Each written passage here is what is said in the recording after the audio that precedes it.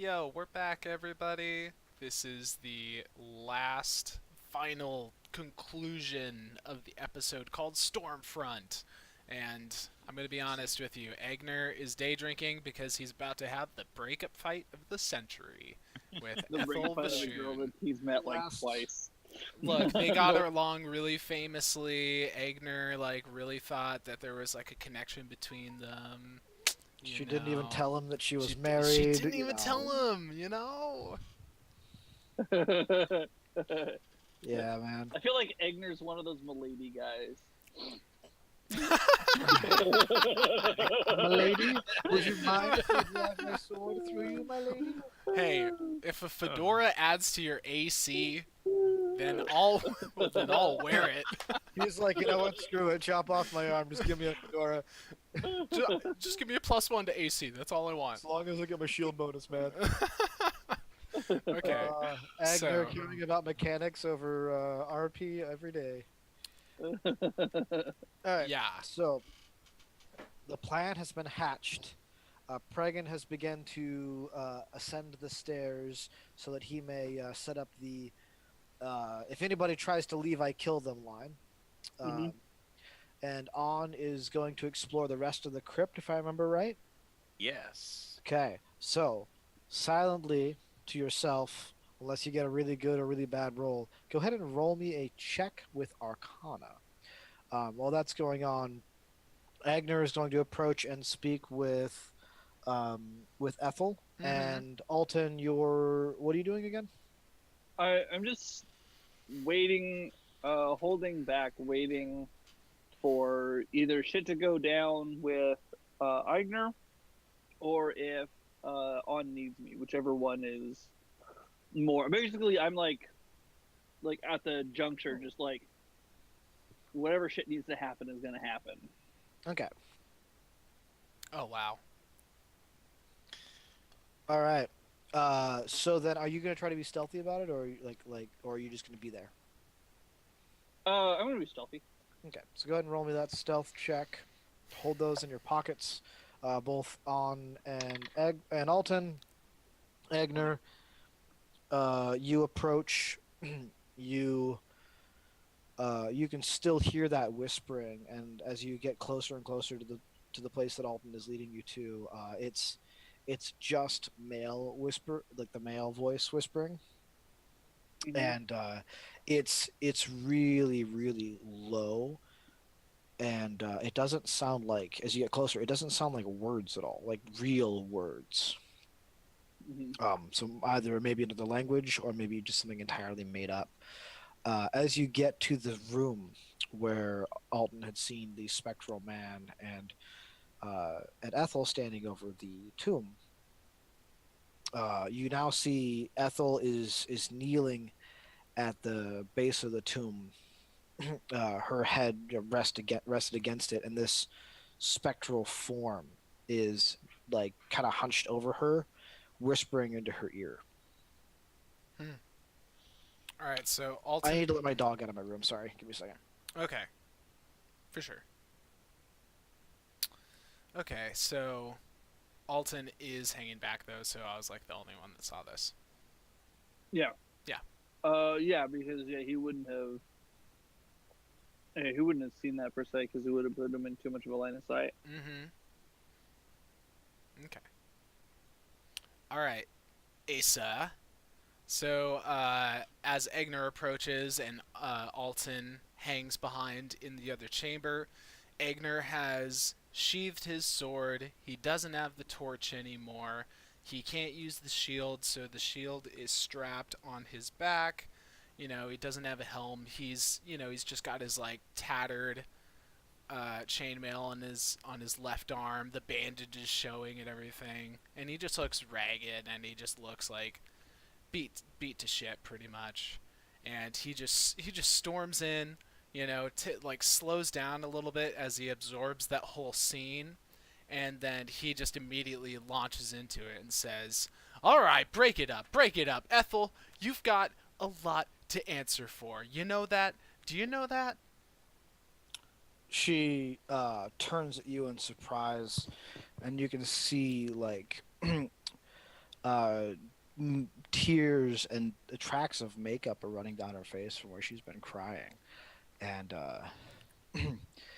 and before she can speak, the spectral form says, "Deal with him, or I will, Ethel." Very funny, playing the tough guy over here. And this is when Eigner he walks in just very like unperturbed, and so quickly I'm going to analyze like the layout of the room. So essentially, like track with me here. So this is the entrance where I came in from. Like the room opens up like this way, and Yeah, is the only other exit like over on the same side, or is it like through the room, or is it this room like doesn't have an exit. it doesn't have an exit? Oh. It's about a maybe 7 to 10 foot in diameter dome. Oh, it's just a dome. Oh, okay. Yeah, with just the sarcophagus in the center, Okay. and the three of you. Okay, well in that case, like if I entered in here or something, I'm just gonna start pacing around the circumference of the dome and just try and get their attention like away Away from from the you. entrance Okay. where I came in. And I'm just doing this thing where I'm like dramatically pacing, just throwing my hands up in the air, doing just wild gestures and stuff, and say like, "Mr. Big Tough Guy over here. You know what? Like, I don't even know what you're all about. But you don't look very tough to me. And you know what? Whatever you've been whispering in Ethel's ear, I don't want to hear it, and it's probably all lies, you know? And I just want to talk to Ethel. Why don't you just scram? Why don't you just get out of here? She's got a lot to answer for. I've got a lot of questions, always have. And you know what? Done nothing but disrespect me, treat me like a test subject. I was her little guinea pig, you know? And he just rambles on, and he just rambles on, and he just. I'm afraid that Ethel isn't here for conversation with you. If you have anything you'd like to say, you can direct your questions towards me, or you can kindly go away. We have things to be done here, and you are interfering. Ag- Ethel, speak to me. I know you can hear me. You have a voice. You've used it plenty of times. Just talk to me. Ethel, Ethel. her lip is quivering, and she starts to say, you can hear like just this slight little whine, as she said something just barely under your range of hearing, and she says, after that she kind of pipes up a little bit louder and says, "I'm sorry, Egner. You shouldn't have gotten wrapped up in this." And then the figure says, "So, you're the one who has my helmet. Have you brought it to me?" Is that what this is all about? That thing? No, I don't have it anymore. That thing has caused so much chaos, so much misfortune, so much shit that you don't even know about. You don't deserve to have that, man. I destroyed it. It's gone. You destroyed I it. destroyed it, dude. And how did you manage that? A lot of heat, a lot of fire, you know, just kind of melted it apart. It happens. He his eyes narrow, and as they do, they begin to glow, and he says, I see. You're more foolish than you let on. Not only have you brought me what I actually want out of that helmet, but you've also brought the sword. Interesting. Oh, this thing? Now all that's left is to get the thing I came here for. Um, not once have like found out the power of the sword, and it won't work now because it's not a full moon, right?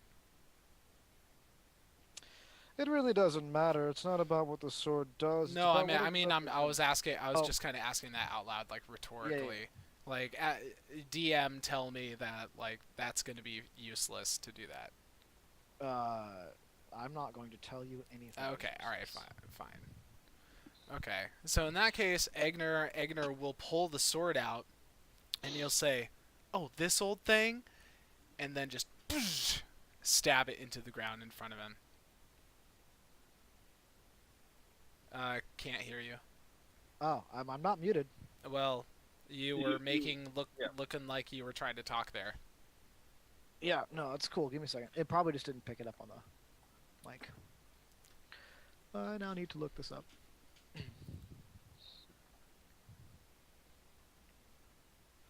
Because I had not expected you to do this, so I didn't have this ready. Oh, well, you know, you could just also say that it fizzles out or whatever, but No, no, yeah, no, I no. would really like to. I've been It totally happens. I just Okay, need to great. know I've what been happened. I've been wanting to know for a very long time, and no one has told me. And I don't know. We just never got into a combat in the middle of the night on a full Right. moon or whatever. This seems like a So really yeah what happens to start with is you slam your sword into the ground, yeah. and from where your sword jams into the ground, these cracks of energy start to circle out around you, and in the spaces between are what you recognize from seeing some of this script in the tomb. Uh, in let's be more specific, which tomb? The Tomb of Uh, Zarkon. this tomb of Zarkon. You recognize some of the elven symbols from there that Eridu had read for you, and and the ground, like it stretches out to fill this entire room. All these cracks of energy. Some of them split into the wall itself and kind of go up the wall, and it stops at about this diameter of I think it's roughly about 10 feet from you. It just closes in a line of that energy, and and as this happens, uh, the the spiritual form begins to flicker a little bit, and he shouts, "No, I will hold my form here. This will not get rid of me. Yeah, this will not get rid of me." And yeah, at that, he is going to do something to you. I I mean, would like. No, go ahead. are you gonna tell me like what this thing is doing at all? No, I'm not going to tell you what it's doing. I'm just going to describe it. I just want to Uh, know. I Okay, would like all you to right. roll What am I gonna roll? roll a wisdom save. I believe the DC. Wisdom saving throw. Yeah, Well, I don't know why I clicked on that. oh, Jesus Christ! It's a 5. Okay, DC's 13, so you definitely failed that. Yep. With that, you watch as like these long, spiky, segmented things reach out of Ethel's mouth. And as they grow larger and larger, they look Gross. like spider legs. Oh, what? And they just tear her face open as a giant spider crawls Oh. out from her throat. Her body drops to the ground as the spider hits the sarcophagus, growing larger as it does. And then where the spider's head is, it starts to morph and shift and changes into the form, like the upper half of Ethel. Oh. So now and like No, it's by you this time didn't. reached to about the height of the roof itself, and she points a finger at you and says, "You should never have come here, Eigner Bosh." And as she does, one of her spider legs reaches back and just lunges, jamming you in the chest. And you take. This is fucked up, dog. Are you kidding me?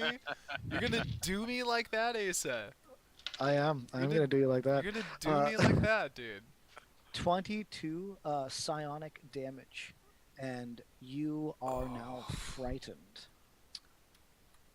You are ridiculous. Are you a concentration spell? I do not know. Because if it's a concentration spell, it might stick around. No. Okay.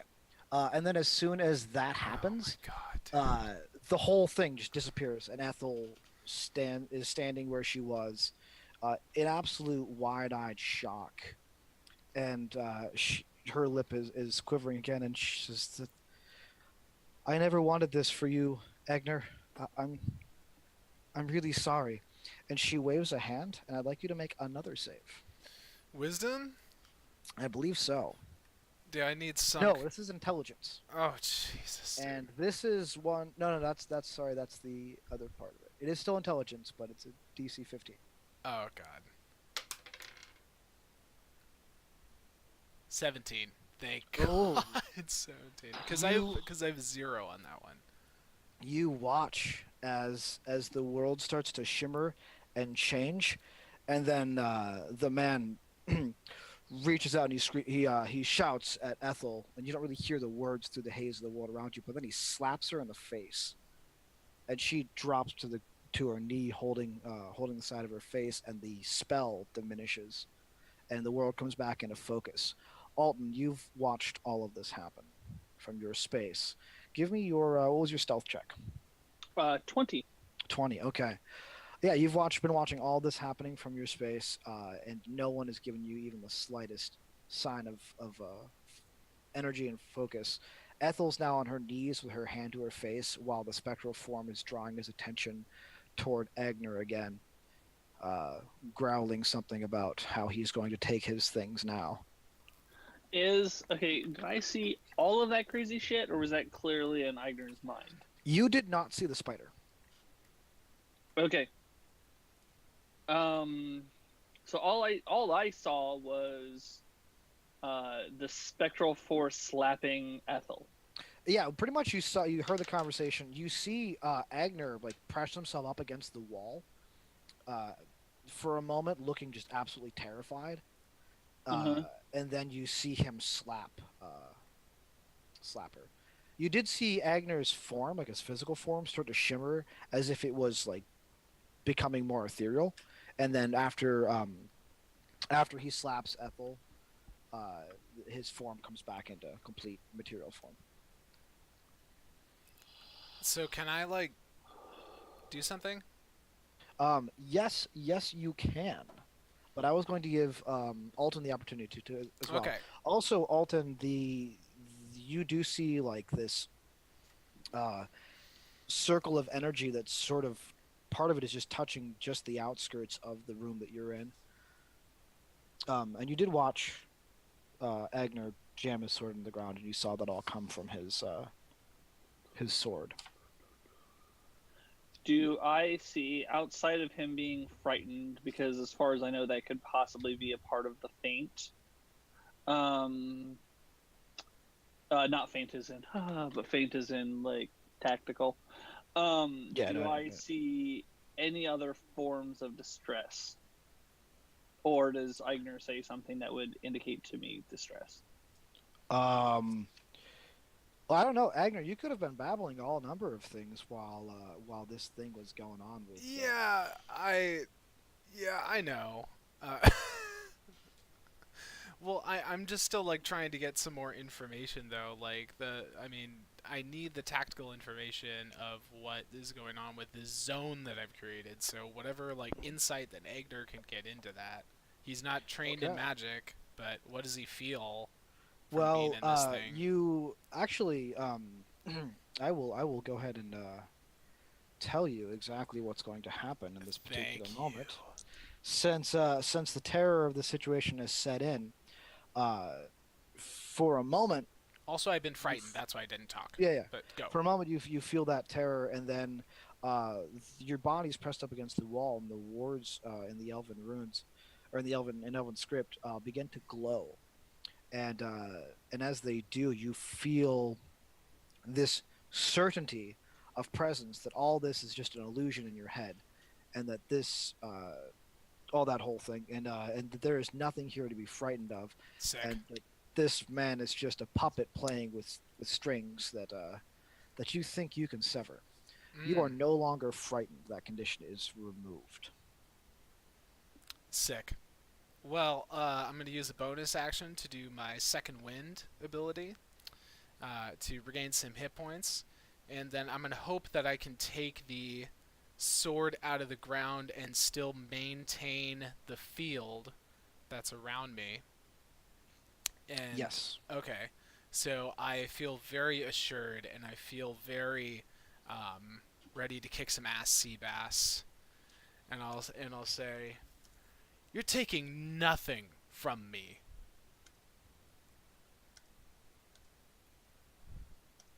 Give me a second. Okay, no worries.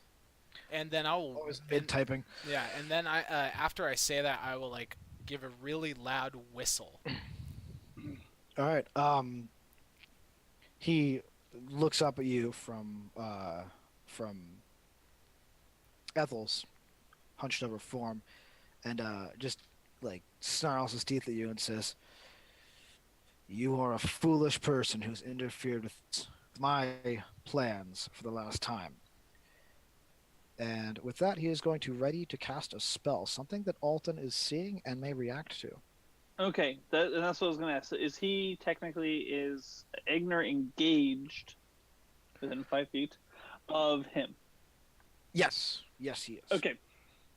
So I am going to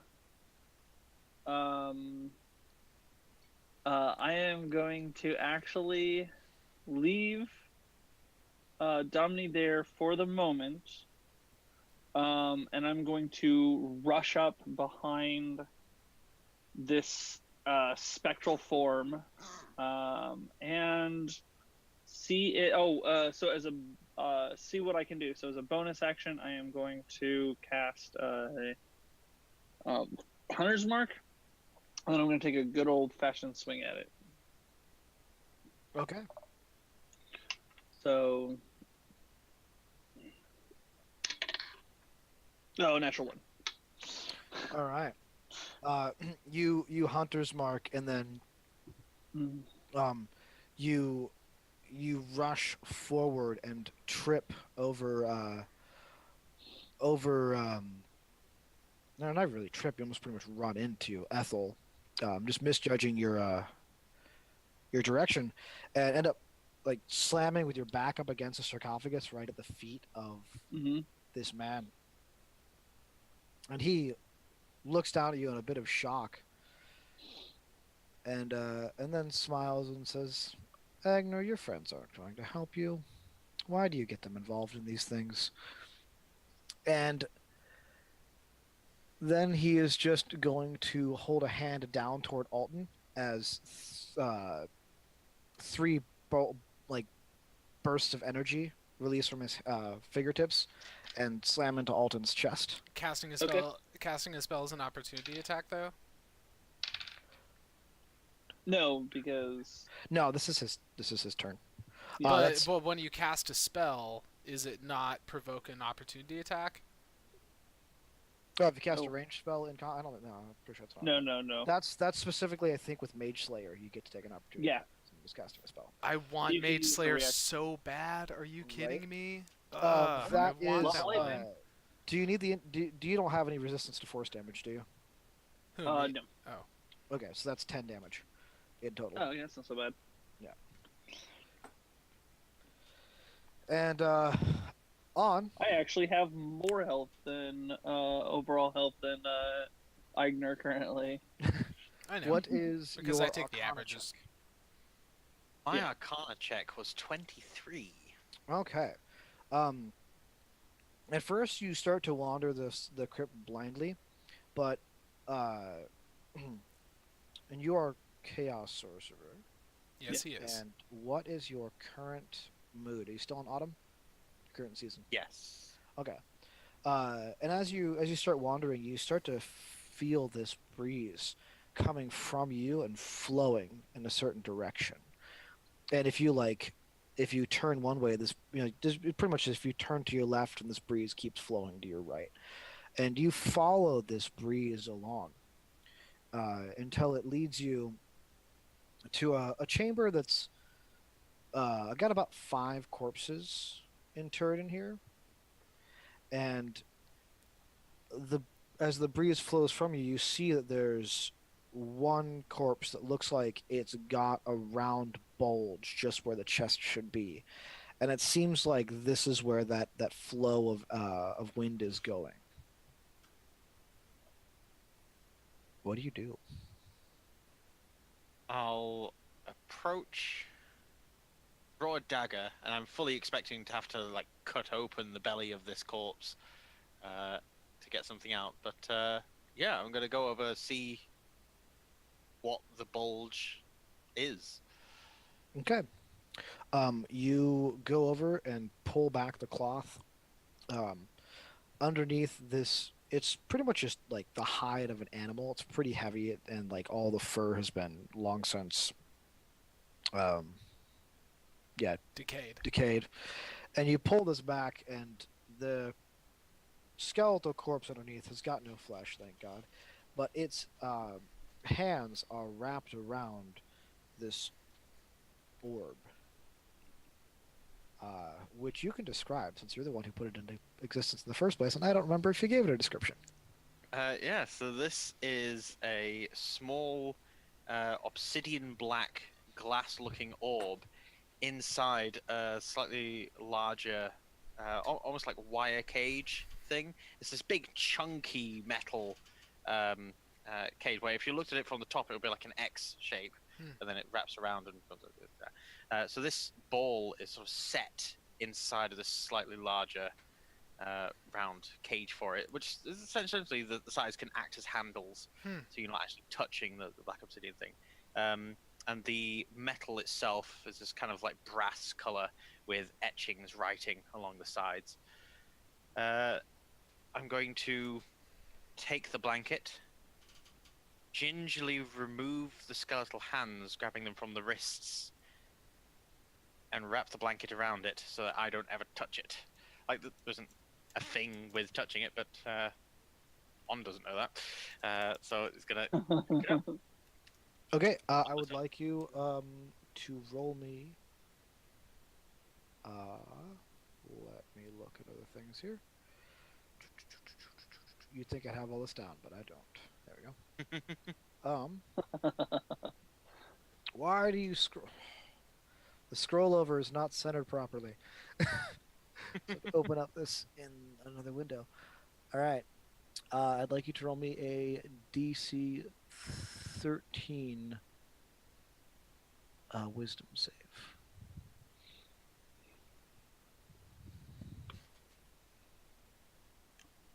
Oh, thank goodness!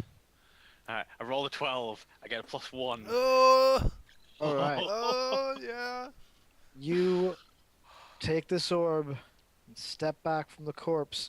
In the back of your mind, you're like, this thing is going to grab me. This thing is going to grab me. Nothing happens. That's nuts.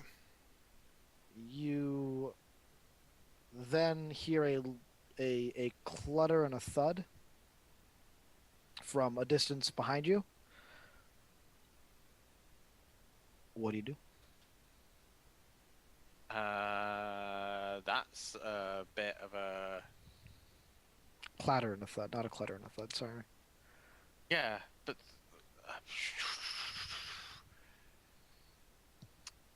head down, just turn slightly, and if I see feet or movement or anything, I'm bolting for where I just came from. I'm not looking at anything. All right. You turn around, and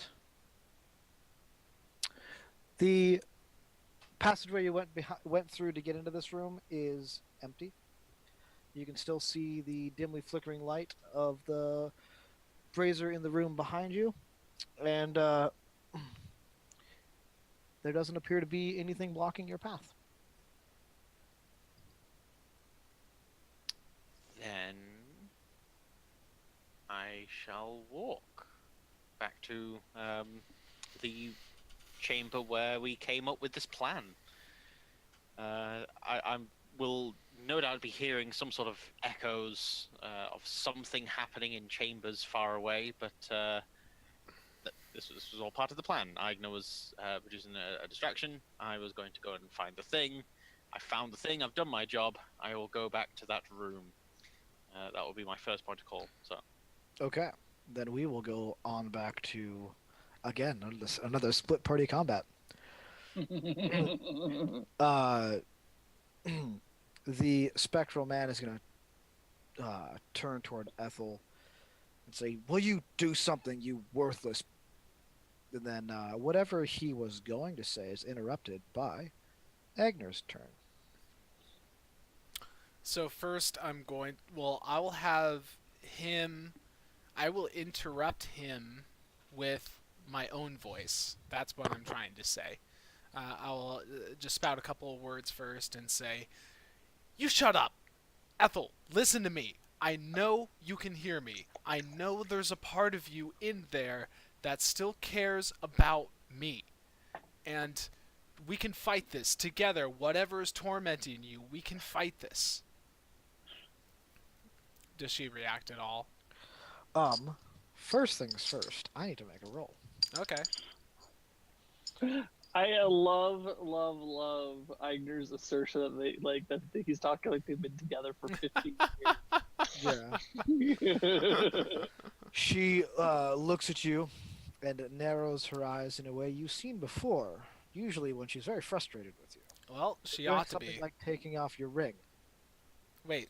Oh, she looks at me when I take off my ring. No, she looks at wait. you in frustrated, like she has when you've taken off. Yeah, your yeah, ring. exactly. Yeah. And she grits her teeth and she says, "You're right. We can fight this together." Well, hell yeah. And he whispers to her, "You can't win." Mmm. Wow. And then- I don't like that. Well, I have a real action, but you can keep talking. Yeah, and then she pushes herself off the ground Mm-hmm. and just sort of like waves her hand and then points at him, and the tips of her fingers glow with yellow light for a moment, and then the light dissipates a bit, and he just starts to laugh. "I told you, you won't beat me." And now it's your turn. Okay, well, I will be using some superiority attacks on him for sure. I will. So now here's a question for you, Asa. Since I can't use this arm for the shield, so my AC is lower, is Right. it strong enough to be able to support my other hand on my weapon? Because I have a versatile weapon. Can I make Yeah. it a D10? Okay. I'd let you hold with both hands. Yes. Perfect. Okay, so first I will be doing an attack with a superiority die, and this is going to be the trip attack. And I rolled 16. That's going to be, I think, 22 versus his AC. That'll hit. Okay. So then I have 15. That's going to be 19 damage, and he has to make a strength saving throw DC 13. I can't hear you. He failed. Yay! Okay, so he gets tripped. Okay, so he's falling prone. He's fallen prone, and then that will give me advantage on my next attack roll when I use my action surge against him. Mhm. And I will use another superiority die to do the goading attack. No. Menacing You wanna do- attack. Menacing. Alright. It's going to be menacing. Alright, that is You going to have be 21 versus AC. Hit. This is going to be 9. Sorry. 13 more slashing damage, and you make a wisdom saving throw DC 13. He passed that one. Oh, okay, so he's not frightened, but he has Nope. taken a buttload of damage, and I'm right in front of him, right on top of him with the sword. And am I still within the zone? Yes, you're still within the zone. Cool. Okay. The zone covers this whole room. Awesome. And a little bit in the next room. And Ethel smiles at you and says, "My spell didn't fail. You should run." Okay, well, I haven't used any of my movement, so before my turn ends, I will use some of my movement to run, try and run out of the room, Okay. and yell to Alton, "Let's get out of here!" Oh my Alright. god, I should have been had advantage on. Oh well, it's too late now. Because he was flanked. When I got my 1, I should have had advantage. Too late now. Yeah, that's true. That's my You are dumb. laying on the So, ground next to him. Ethel, him and Ethel are pretty much flanking you, but right now she's still standing there with her finger pointed at the air. Oh wait, no, Uh, she's not coming with us. She has not shown any signs of running herself. No. Oh well, if I started moving and if I didn't see her coming with us, then I'd say, Ethel, what are you doing? Let's get out of here. She looks at you. Fresh tears start streaming down her face, and like it looks like she is struggling really hard to say every word that she says. And she says, "Agner, I am fighting as much as I can right now. This is all I can do. You need to save yourself." I will never know. I will never know anything. Some things aren't meant for us to know.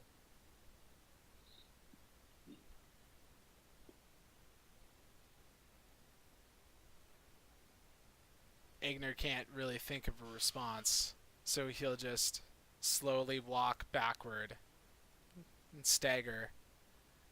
Is there like a change in like the energy of the room? Does it seem like something is about to blow up? Like, is there anything happening in that way or? You have no way of knowing that. Ugh. Well, Egner, I don't know. I. All right, let me roll a die. Okay. He uses the rest of his movement to go out of the room. All right. What's Alton doing? I am going to disengage because I made that mistake one time and I died for it. And so I'm going to disengage and follow follow Eigner, and then as I do so, I'm going to tell Domini to burst forth, and I am going to jump on her back, and because this allows me to cheat, she is going to also go 40 feet. All right. Sounds good. Doubling up the movement with your animal companion. Yeah. All right. So the three of you make it clear of the next chamber or so, and on as you make your way into the chamber with the other dwarves, I would like you to roll me another wisdom save.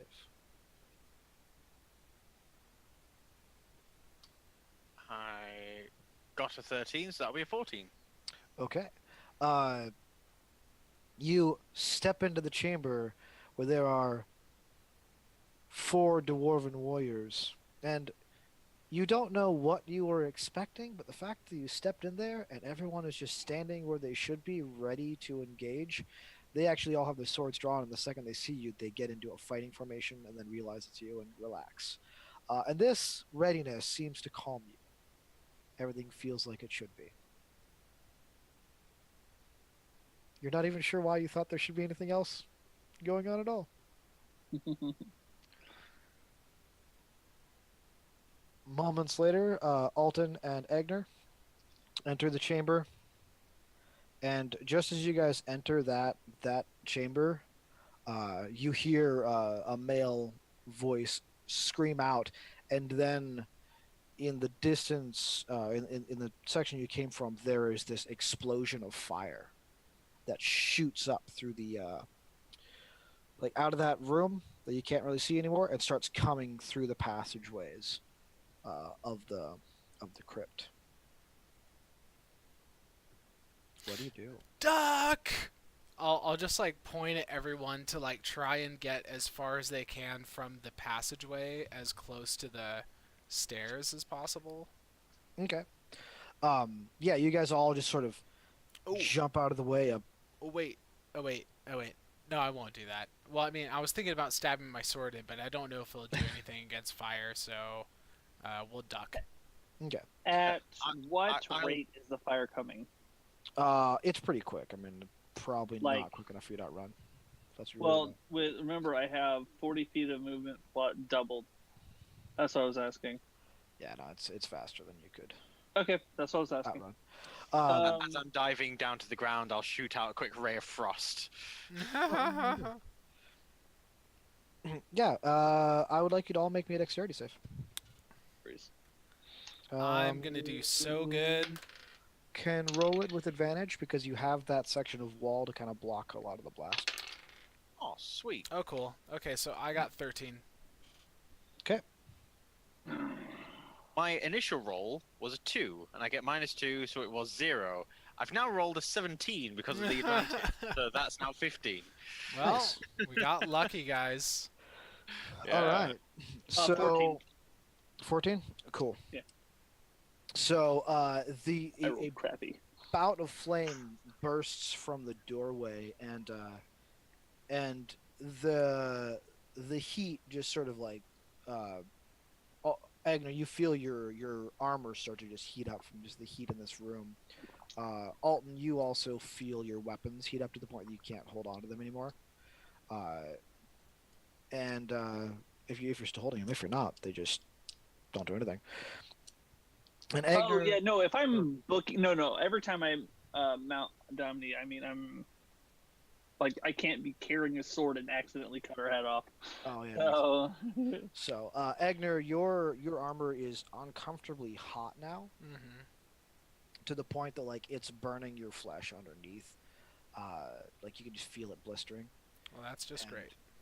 Right now, you're taking 4 points of fire damage. Okay. And the dwarves they all seem to have scuttled into the corners and missed most of the blast itself. Now that the fire has died down, there doesn't seem to be any actual damage, but some of the stuff holding the corpses, like the blankets over the corpses, have caught fire. What do you guys do? I'll say, on, frost me. Frost me. Oh, I shall frost immediately. frost Alright. me. How much damage do I take from getting frosted?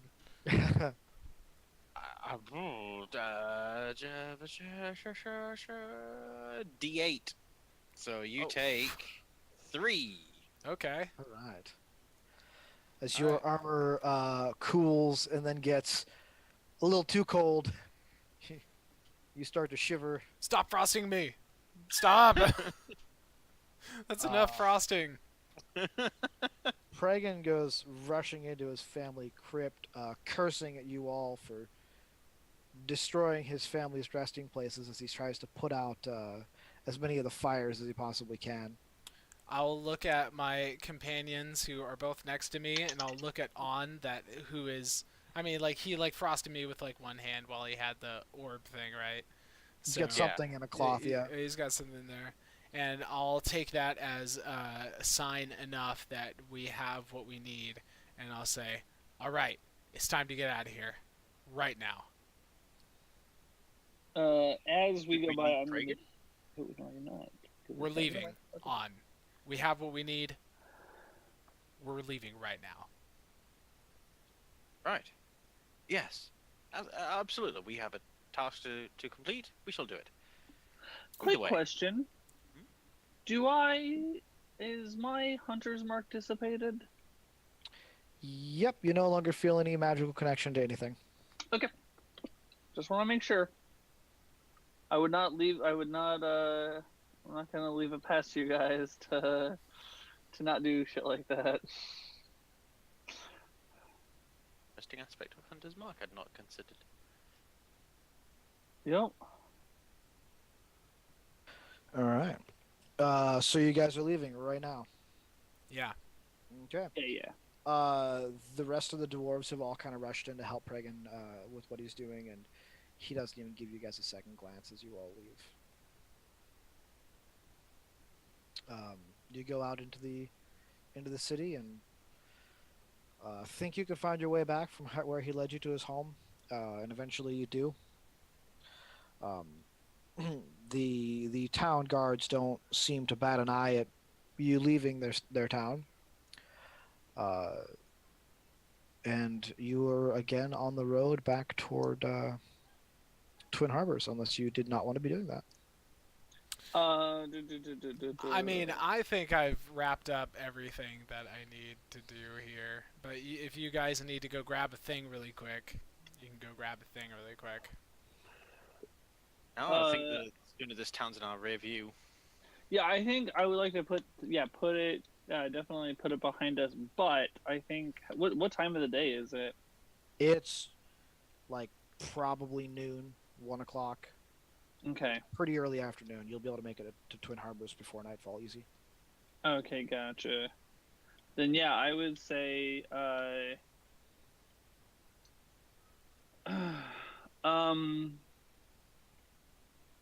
actually I'm gonna go up to Onn as we're gonna leave. We're just gonna go back. Whatever. Any inter-party conversation can be happening on the road. So Yeah, that's what I'm saying. Yeah, we'll just go on the road. So Onn. I think you should leave that with me. Oh, this. Was it not for Eigner to recover? Look, it That was for Ethel to recover, and Ethel's gone. Yeah. Ethel is gone, and come to think of it, I don't even know what to believe anymore, man. I don't even know if I can believe that she was really with the ISCB, you know? And she What is this ISCB that you keep talking about? I don't even know anything about it. I was just pretending like I did because I thought it was getting us somewhere and helping us accomplish Ethel's goal, but I don't know what we just saw back there. But it certainly wasn't what we thought we were getting into. Okay. So we have this magical artifact now. I don't even I don't even know where it came from. But we have it, and I don't know what we're gonna do with it. I don't even know what it is. I just don't even know any answers. I just want to go back home for a little bit. Try and process all of this. Yeah. I don't disagree. I think we need to find a way of doing it, and I don't, no offense to you, but I would feel much safer if I was holding on to it. Yes, absolutely. I've got no qualms about that. Okay. Hand over the blanket. Okay. The orb. Okay, cool. So then I will take it. And how big is it anyway? Is it like I carry it? Is it like I was thinking like it'd be like your chest width sort of thing. It's like a big sturdy thing. Okay, gotcha. So for you, it's like right. So for me, it's like this. Hmm. So, oh yeah, we grabbed the horse, right? oh yeah, of course. Yeah. He's pretty well drunk, having been stabled at the Drunken Pony, where they serve all those. Okay. So It's we part of yeah. their So marketing obviously- strategy. So, I'm going to then like basically like put it on top of the horse, and then there's no other towns or whatever near in between this one. No, yeah, Tulsavin is the closest town to. Okay, so then we'll just trek it, and we'll just we'll walk back at a reasonable pace for everybody. I'll ride Domni, and we'll have the orb thing on the horse. And whenever we get back into town, I will of course take I will then need to take the horse back or I will first take the horse to my hotel room, or take the orb to the hotel room, put it in there, and then I will take the horse back. Okay. So you're returning the horse. Mm-hmm. What's everyone else gonna be doing once we get back to Twin Harbors? I'm gonna go to Eridu's apartment. Okay. And I'm gonna go to Darius. all right. So let's wrap up the things with Darius first, and then we'll go on to Ariel. So Is On the best person to go see Darius? no, yeah, well, I guess that's fair, but Oh. he is the one who needed to get money. So I Yeah. mean, yeah. So go for it. It's his mission. Alton just joined him and That's grabbed true. Eigner. yeah, and Alton did kind of like actually do the like structure the mission because Darius got frustrated with On, but yeah. I mean, On can wait for me. I'm just doing Yeah. a couple quick errands, so it's up to On. Yeah, well, I suppose we can discuss it on the road what we'd be doing once we hit. So yes, I'll accompany you on a couple of quick errands. Okay. I'll be a bit jittery and impatient while we're waiting, but yes. Okay. So yeah, you secure the orb in your apartments, and then return the horse. It's in good shape. You know, the person you rented it from is pleased.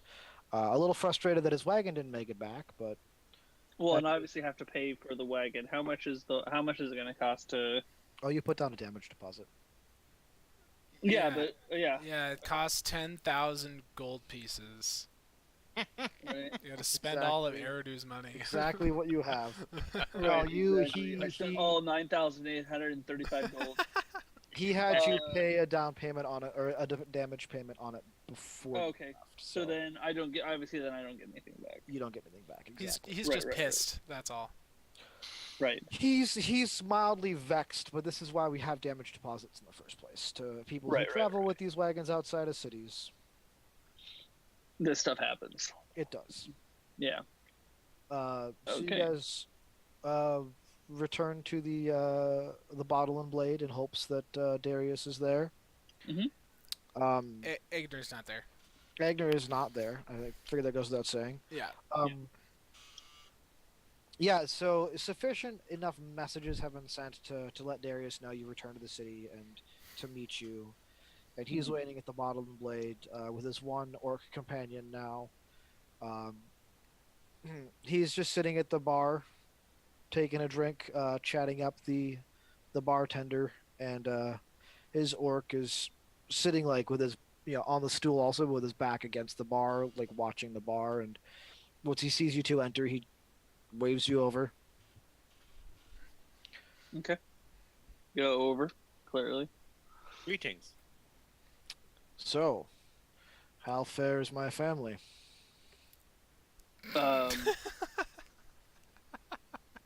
Not great. He takes a sip and then turns and looks at you and says, "How so?" Your grandfather was a vampire. Your father's Needless had to his say, head eaten by a giant winged helmet. Your cousin, brother, something or other, Brother. got his hand or his arm chopped off. Your mom's fine. needless to say, your family welcomed us warmly. A tragedy ensued, but we completed the delivery of the items, so we are here for our payment. By now, Darius's jaw is firmly clenched.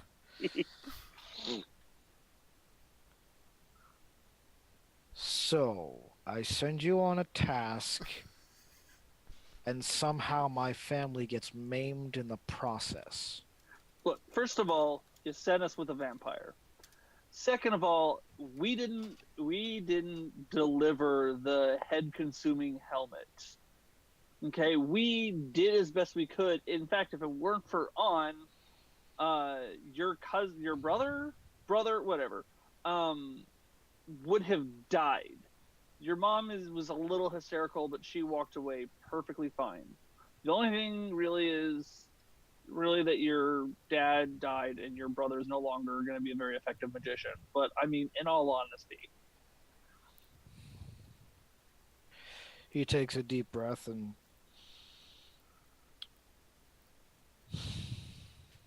And what happened with my grandfather? Is He was a he? vampire. Oh, your orc guy killed him.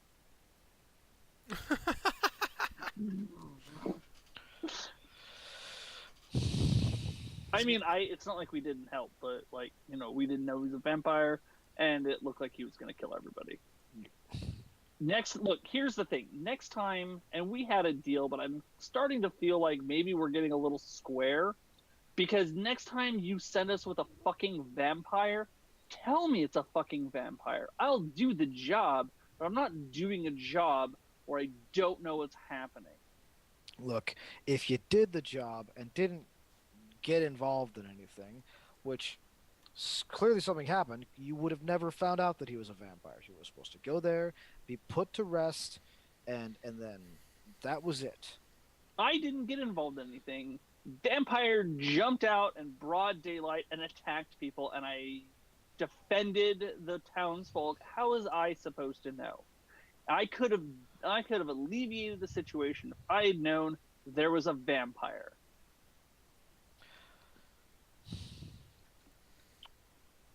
All right. We've been working together. We've been trying to work things out. You could have respected me that much.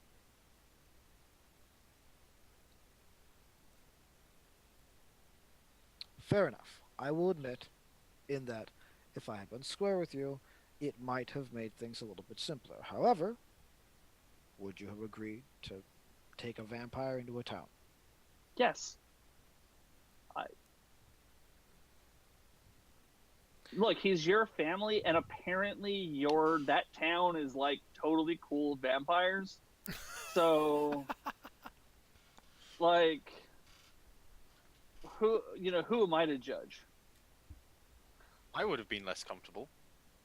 And where is Brock now? Back in town.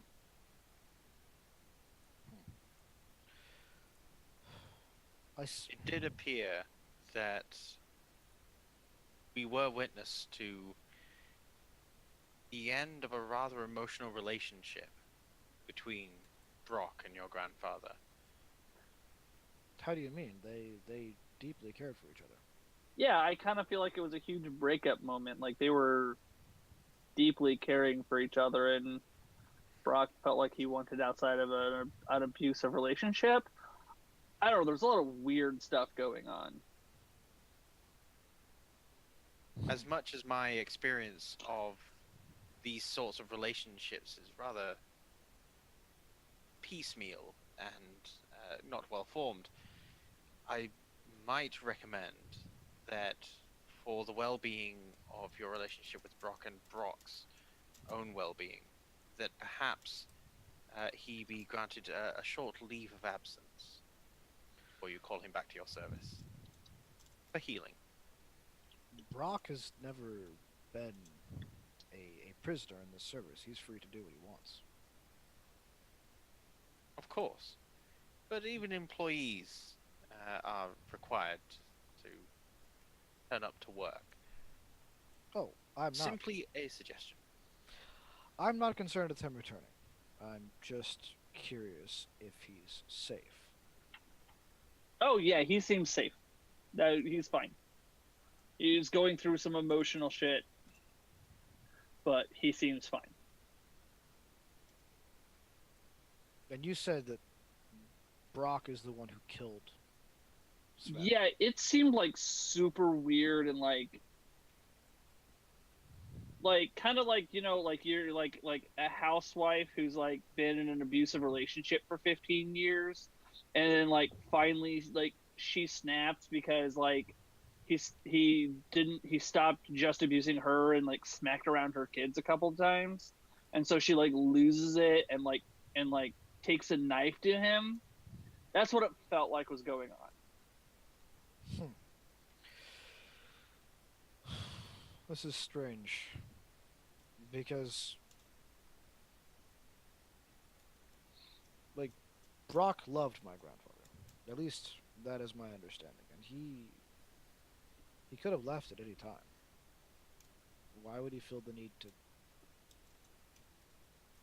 kill him I mean, first? there's a whole like like problem of psychology and abusive relationships, man. That's that. There's a lot going on. You keep bringing up abusive relationships. Well, so Brock opened up his shirt and he had like bite marks on his chest. Yes. He willingly chose to allow Sven to feed on him so that he wouldn't feed on others. Sven's head? Baron's head Although got separated at Sven's head. Oh. Okay, I'm sorry. Keep going. Nice. Right, but it seems like here's the thing. There's a lot going on, and I don't really understand it all. I'm just saying that that's the thing that I got out of it, and maybe it started out great or whatever, or something else was going on that I'm not aware of. All I know was there was this like air of like some deep shit was going on. Okay, I don't have answers for you because we're still kind of really developing a business relationship, and I never met your grandpa before about 2 minutes before he got executed. So I just that's what I'm giving you, is that he seemed emotionally just distraught about the situation. Like he could handle the pain himself, but there was like something else going on, and he felt like he had to stop it happening to other people. Well, I don't know fully what happened, and we had a job, and you succeeded in doing that job. At no point did I ask you to protect my grandfather, so that wasn't part of the agreement. You've done your work. You deserve your payment. Did my father pay you at all? He paid us half. We assumed that you were paying the other half. Yes. Good. Well, I'm glad you got at least half out of him. Take the payment. I don't think you and I will be having further business arrangements anytime soon, as I clearly need to go into Telsaven and clean up my family's issues. No, you know what? This time, unlike last time where we ended in a bad note, I feel like while I think this is a reasonable disconnect. While it's unfortunately that these bad things happen, I think that it's sometimes business relationships end due to unfortunate circumstances. Yes, let's chalk these up to unfortunate circumstances. Yes.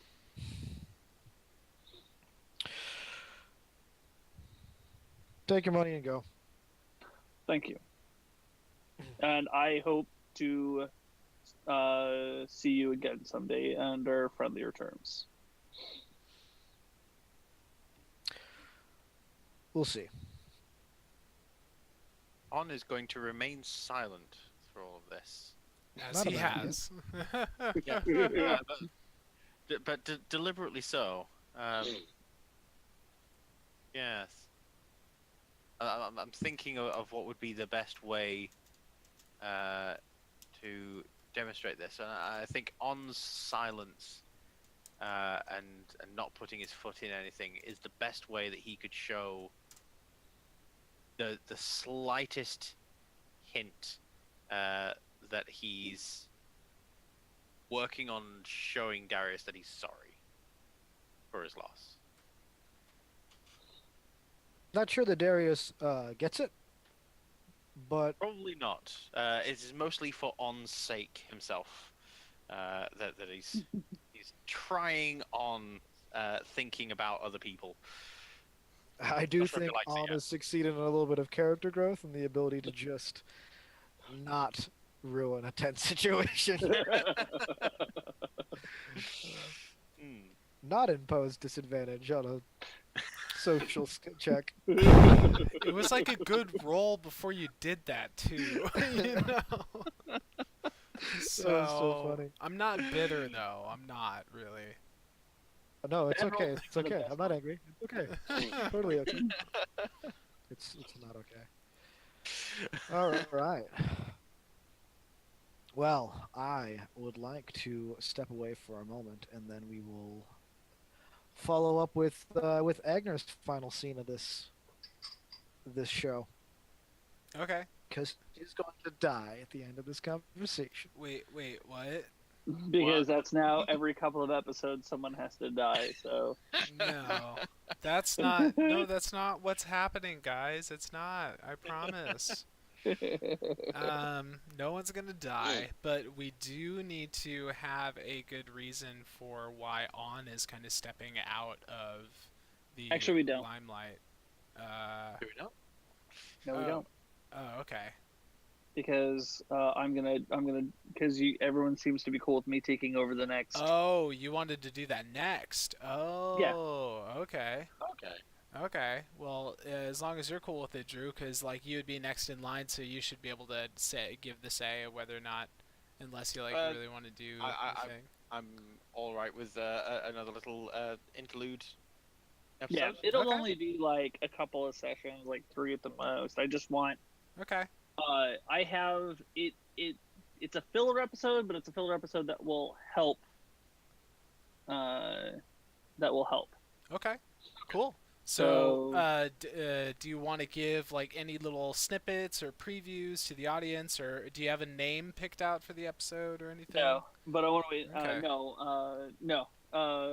Well, I guess we are going to see a little bit more of Alton's Where he comes from? story. Yeah, where Oh, he got- are we gonna do the one shot? Yeah, I want to do. It'll be. Sure. I don't know if it'll be one shot, but it'll definitely be like hopefully one. I'm going to design it to be 1 or 2 sessions, Cool. 3 at the most, depending on how you guys do. Depending on how much sidetracking we do. Yeah. All right. So, we're good to head back into the game, though, right? Yeah. Yeah. Yeah, we are. So we're So- going over to Eigner. Yeah, Agner is walking through the streets toward Eridu's place, and suddenly finds that he's not walking alone. There is a shadowy figure walking next to him. I will only see him out of my peripheral vision. I won't try and look directly into his face. I'll say. And again, I'm not saying anything out loud, but I know that this is like an internal thing, and what I'm seeing is just like a projection of that, so I know I can communicate with just my thoughts. Mhm. What is your name anyway? I can keep calling you demon, ghost, poltergeist, whatever fits your, fits your preference, but who are you anyway?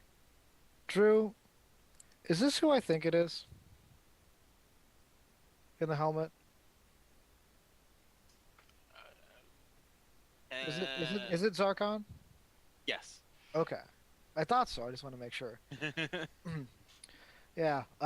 As you see this feature out of the corner of your eyes, and its appearance is a little less shadowy. It's a little more in focus. You can see the features, although they are still ranging in shades of mostly blacks and grays. You can still see the point, the nose, the little bit of a smile that comes over his face. He says, I thought you would never ask. I am Zarkon. And, man, you have made a mess of things, haven't you?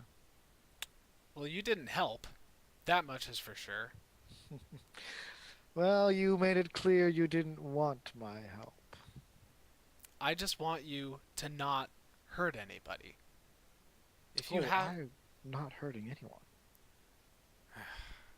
Look, I've had a very confusing time, and I can't separate what was the cause of anything.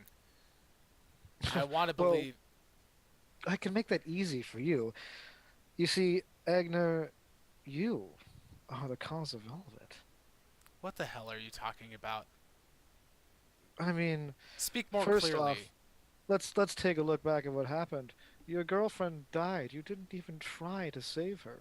She was clearly in distress, and you didn't even try to understand that she needed your help. Instead, you just worried about you and your feelings and how you are so confused on all the things that are happening. How could Try understanding less. Might help you. how could I be so cursed in this life to have encountered you before, to have lost you gratefully, and now you're back to haunt me? Well, I can tell you it was never my plan to return to you, but you are a very amusing person to watch. I've been called worse things in my life. And you probably will be again, but not by me. See, I would like to call you friend. What kind of friends could you possibly have, Zarkon? I've seen how you regard living creatures. Are you so jealous that you don't have a physical form anymore? Is that why you latch on to those that do? That's more of a necessity, not jealousy, but it would be nice to have feet again, to feel the earth beneath me. Creatures like you come into my life more frequently, it seems, these days, that make me absolutely sure that I will never be able to regain my faith. How can there be any benevolent gods above us when evil such as you exists? Well, you have definitely hit on one truth. There are no benevolent gods above us. But we can change that, you know. We can be benevolent gods ourselves. I would say that's blasphemous, but I don't know if I believe in saying that phrase anymore. Then you are on a road to discovering true wisdom, my friend. Let's You, explore that. you make me sick. Everything you says just makes me sick to my core. I'm sorry you feel that way. Maybe one day you'll feel differently. By now, you've reached Eridu's apartment, and Zarkon is no longer there. Stay gone for at least a little bit. On Satan. I'm not. Yeah, I'm not expecting an answer. I'm just No, there's no answer. assuming that he can hear me. You know. So Uh, I will knock on Eridu's door very timidly. the door opens, and before you see who even opened the door, you are gathered into a great big hug. And Eridu whispers in your ear, "I'm sorry, Eigner. Sorry for all that you've had to go through recently. I'm not doing my Eridu voice." It's okay. It's all good. Eigner tries to gather words, but every time he tries to start a sentence, it just catches in his throat, and he has that sensation that you feel when you're about to cry, when you just get this great big weight in your throat, and Eigner just starts to sob uncontrollably, and his tears start to dampen Eridu's shoulder, and he gets the snot, ugly cry thing going on, and he just hugs his friend Eridu and just sobs. Holding each other for a while as Eigner cries, and Eridu is just there for whatever he needs him to be there for. When this is finally over, Eridu leads him inside and has him, gestures to sit down, and he looks up at Eridu or Eigner and says, "She was sorry too, you know, Ethel." I know. I know I reached her at the very end. I just feel so bad that I didn't know what it was that was tormenting her. I didn't know Well, how to save her. well, she told me some things before she left my dreams.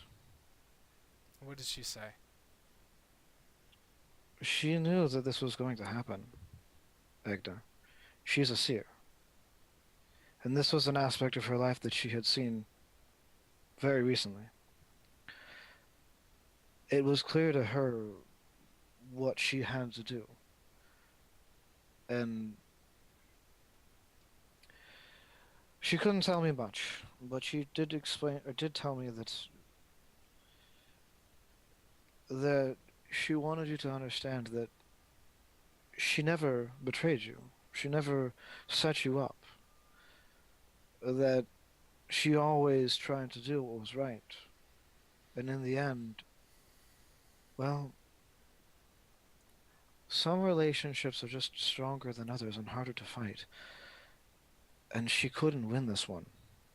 But and she wants you to apologize for, or wants you to forgive her for her weakness. Hmm. I don't even know what to feel anymore. Eridu. I don't even know why I go out in that world anymore.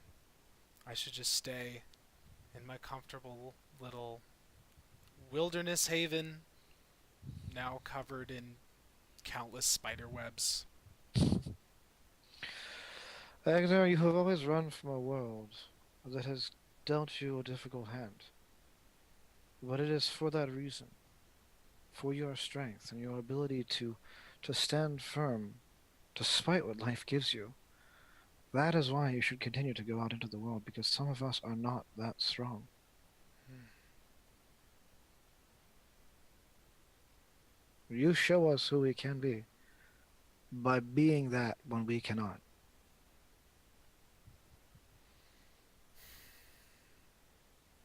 I know you've lost faith in your gods and you've lost faith in your idea of the world, and you would rather just be alone.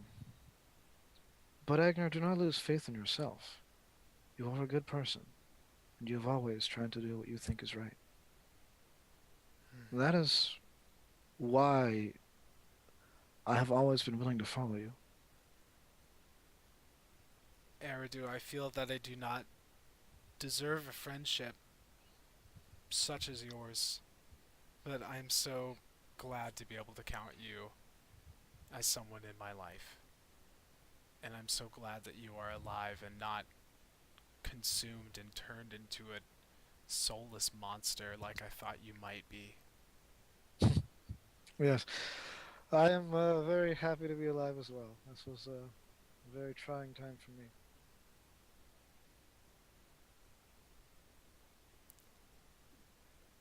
Where did you go?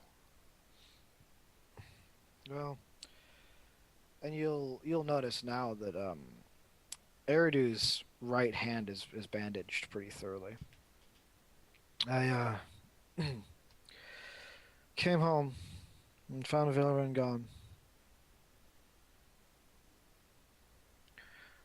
and I had more questions than I had answers. But I felt that the druids needed my guidance, and so I returned to them, and I tried to find a way for them to bridge into the Feywild without destroying anything in our world. Did they find a way? No, but I believe that they are finding a path. Hopefully, a path that will bring them enlightenment. Will eventually break through all their hatred. But you cannot defeat years of hatred from a people who have been oppressed over or in just a few weeks. It's just not enough time.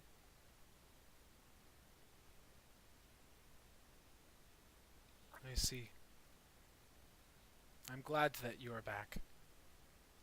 And I am glad that you are as well.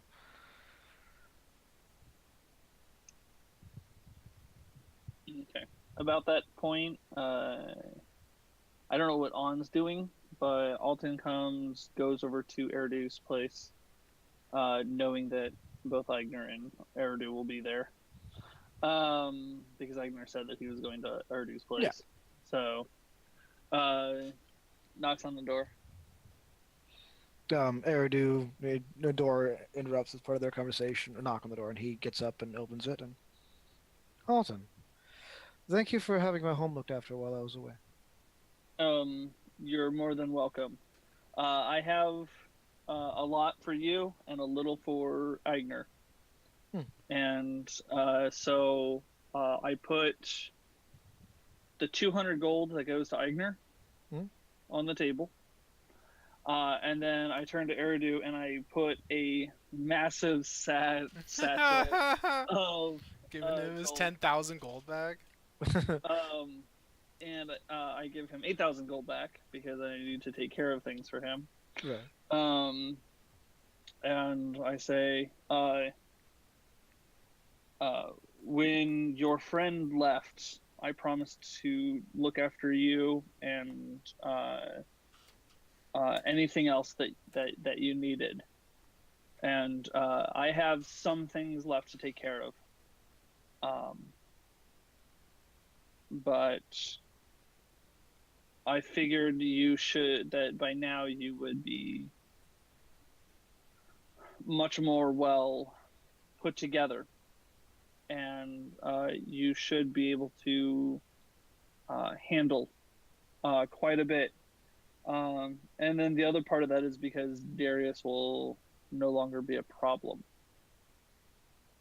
for you. And so part of why why I took this money was to put steps forward to keep Darius off your back.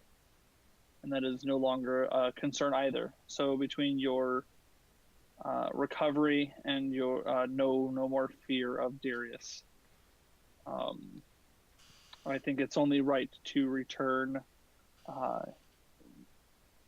most of what's left to you, keeping only what I need to wrap up anything else that I need to take care of for you.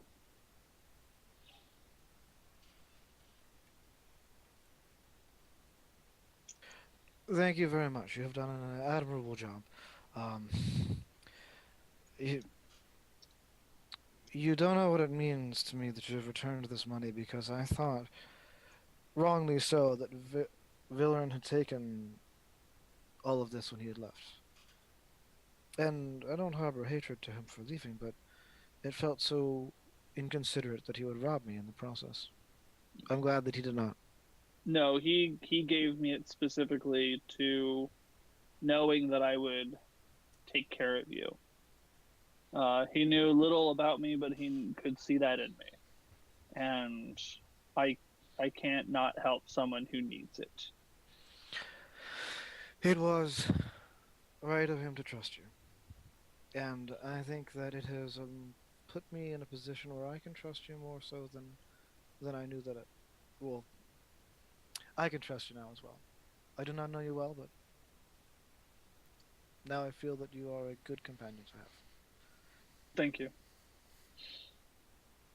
I would like to now go ahead and swap over to Onn. He's going to take up the last of our session tonight because he still has an object to procure um, from his contact. And Zeller? then, yeah, and then I Zeller! believe that's it. All right. Can't hear you, Drew. My apologies.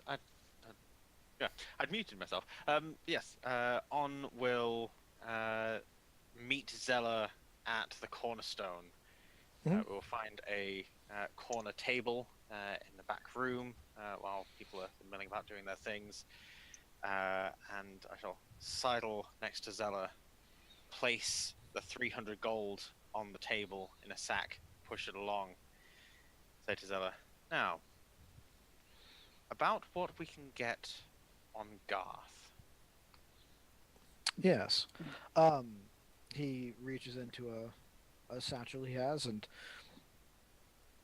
sorry, and pulls out a mirror with a broken, like with a big crack down the center of it, and puts it down in front of you and says, "I know this looks like just an ordinary broken mirror, but if you think about Garth and really like put your energies into him, it should show you what he's doing at the moment. You should be able to kind of spy on him. Oh my Uh, god. That's some pretty hardcore magic. It Hardcore scrying magic, dude. Yeah. it needs to be focused on an individual, and I have not focused it on Garth yet. That's something you're gonna have to figure out how to do. It was just Okay, so it can only be attuned to one person. yeah, essentially you attune it to a target. We have to tune it to yourself and to a target, and then you can scroll. Right. Yeah, you can't just be like, I'm gonna think of Alton today and Eigner in a minute. It's like It's very you attune it to Garth and that's it. So yeah, you're gonna need to figure out how to make that work. But this is the kind of thing that if the Bureau knew you had, they would be taking it from you. Because imagine this can topple empires, man. You could do so much with a thing like this. Yeah. So Insane object for 300 gold. Zeller is the homie. Yeah. but look, stuff has it's only been a couple days since I saw you, but the tension here is pretty heavy. I think I'm gonna lay low for a little bit. I'm gonna head back to my side of the river, if you will, and just wait for tensions to die down in the harbors a little bit before I come back. Quite, yes. The events of the last few days have certainly opened my eyes to a few things that have been happening around here lately. You Yeah. take care of yourself, Zeller, and be sure to reach out when you return. Of course, you have been a very lucrative business partner. Very rewarding yourself, Zeller. He gives you a friendly handshake and then heads out the door. I shall remain sitting staring at the mirror as camera pans out. Theme tune hits. All right. I didn't know if you wanted to do anything more. No, that's Okay. that's all. All right, cool. Okay. Well, that wraps up episode 4 of Volohim. That wraps up Stormfront, and Mhm. that was the front of a storm. It definitely was. Had some demon hellscape stuff involved in there. Had some crazy psionic damage that happened to Eigner that, he's Yeah. still shaken up about a little bit. Wow. That was a doozy. That was really, really cool. Yeah, well, thank you. Yeah, that was a lot of fun. A lot of really personal stuff happened, I think. And For I, real. I A mean, lot of yes. intense character discussions. I think Agner definitely took the center stage on this one. But, Oh yeah. MVP of the episode. I'll take that. Oh yeah. Well, thank you Actually, all. this episode saved Alton too. Yeah, there's a lot of good Alton moments in this one. Yeah. Well, I mean, because thank he you was all. going down a dark path, and I think this episode, Oh yeah. Turned him around. Yeah. That's true. Yeah, he was able to see where things are. Yeah. Yeah. Okay. All right. Thank you all for watching. I think we're gonna call that a day. Take it easy. Yeah, join us next week. We are going to have a new episode being provided by our good friend Alton Brightmoon. I mean, Joshua Brickley. That's what I meant. It's going to be like a little interesting kind of like side adventure. Maybe Like a filler episode. Yeah, filler episode, kind of taking us away from the central drama of Twin Harbor and taking us into a different spot. Actually, since I have the I capability, think this is good timing for that, actually. yeah, I will pull up the Volohine world map since I have the option to do so right here. And actually, you know what? This one, it's not the right one because we need to put the Silent Sea into that one. You know what I mean? Oh, it's actually it's different shaped, but there's That's a set what of islands. That's that what I I'm put saying. in there. So Yeah. we'll work on that. We'll get updated Yeah. map, updated everything, and we'll see you next week, guys. Yep. Cool.